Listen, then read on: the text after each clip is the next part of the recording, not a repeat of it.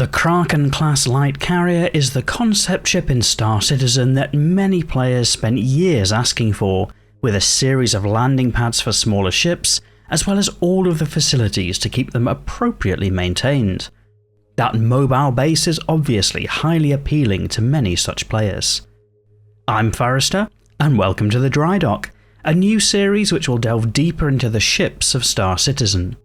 This video will explore the background behind the Kraken, both in and out of game, and then take a look at some of the attributes and statistics of the ship before considering how that might all translate into gameplay.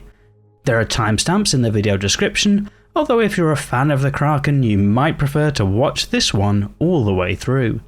And whilst this channel usually focuses on what's currently in-game, necessarily this video will navigate the treacherous space that is speculation territory. Whilst every effort has been made to approach this video accurately, sometimes information is sparse and much is subject to change as time goes along, so please treat the content with a pinch of salt and not as a definitive promise as to what will happen. All of that said, let's dive into the background of the Kraken. The first hints of the Kraken started to surface at the end of 2017 with a community vote to choose the next Drake ship. The vote featured three choices which may be familiar to backers, with the Drake scout carrier codenamed Kraken coming in second place with 37% of the vote. The other two entries were for concept ships for an entry-level salvage ship codenamed Vulture and a multi-crew explorer codenamed Corsair. The following year, at CitizenCon 2018, the Kraken was announced to much excitement by many players. At CitizenCon in 2019, the concept for a Kraken privateer variant was then shared, incorporating market mechanics similar to those shared for the Banu Merchantman previously. With the release of Orison in 2021, it was possible to visit an in-game hologram representing the Kraken in Cousin Crows in the city. In terms of game lore for the Kraken, surprisingly there isn't a huge amount of information available. It seems to be a relatively new ship, with launch materials from 2948 including an interview with Drake CEO Anden Arden talking about the Kraken in such a way as to suggest that it was deep in development, and so it's possible that the Kraken would be a new ship when it's released in-game, both to players and to the verse. On launch in 2018, the Kraken was offered for sale for $1,650 or $1,400 of new money. The privateer variant was slightly more expensive on launch at $2,000 or $1,700 of new money.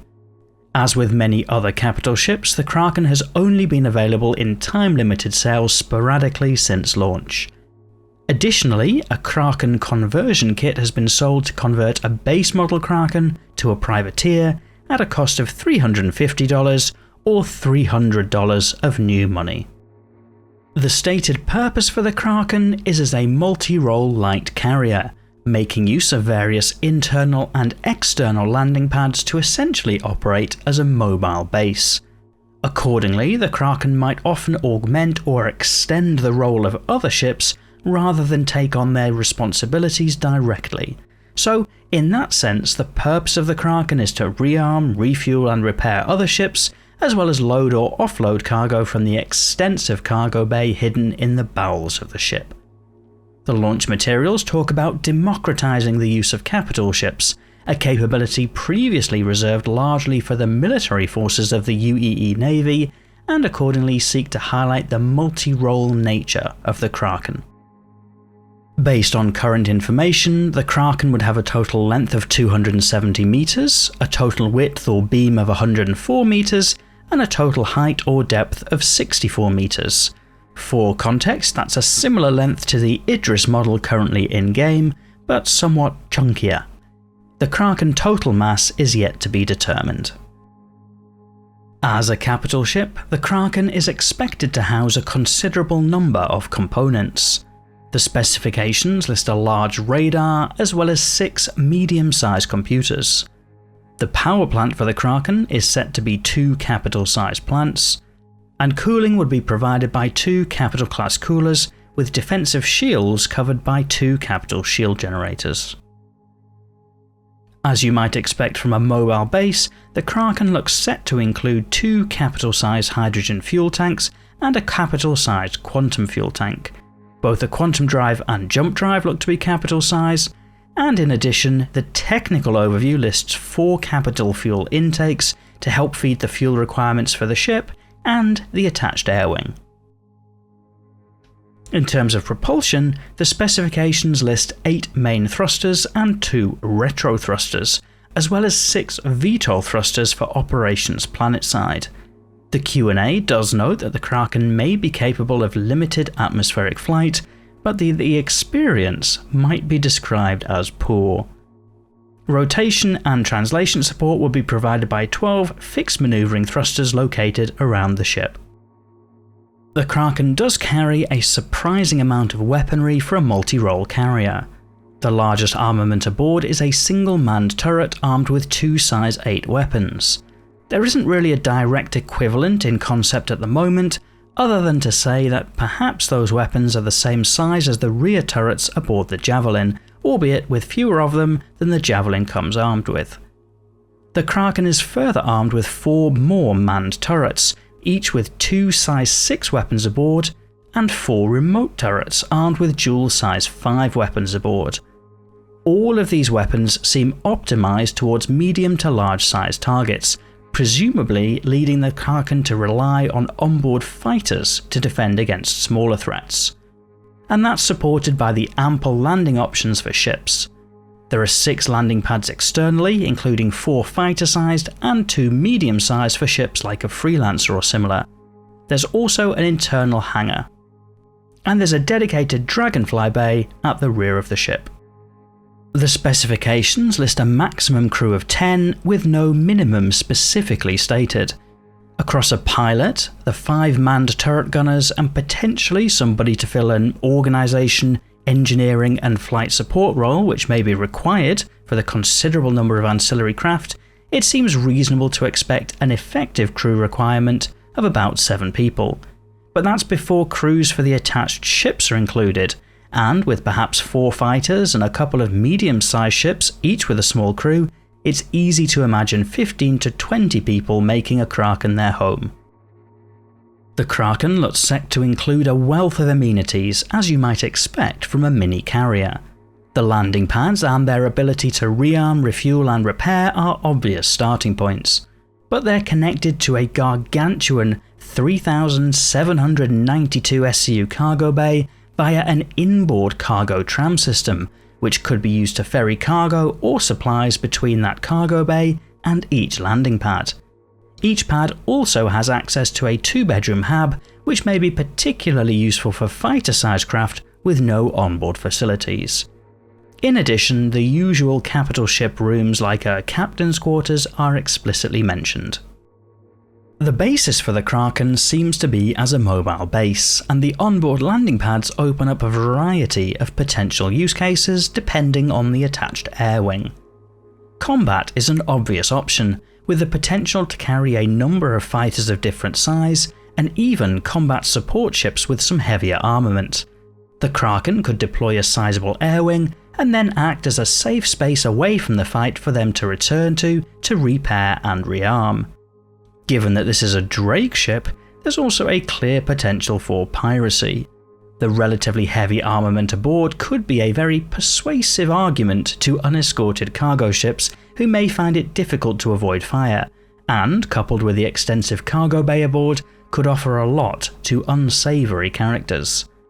But for honourable players, that cargo bay could offer a great place to store boxes too, either as an armoured and protected cargo hauler, or more interestingly, in combination with the landing pads as a mobile platform for mining or salvage operations. It's rather interesting to imagine a Kraken coming across a derelict capital ship in the verse, and then unloading a group of vultures to salvage it, with the Kraken hanging around to protect the swarming salvages and the carcass. The Kraken may also offer a compelling role as the game progresses as an easier way to facilitate large-scale redeployments for small groups of ships that need to cross large distances, potentially beyond the range of their own capabilities. From a gameplay perspective, the Kraken offers an answer to a common criticism to multicrew. Many players claim that multicrew isn't viable in the long run because people want to fly their own ships. Whilst I personally disagree with such a blanket statement, for those players who do prefer to fly their own, the Kraken could be the glue that bonds together a number of players wanting to play together, but each in their own ship. Note, I still expect that to be a multiplayer experience. I don't envisage a situation where a single player is somehow operating both a Kraken and multiple onboard spacecraft at the same time. Moreover, there could be some situations where being on board the Kraken is the boring option.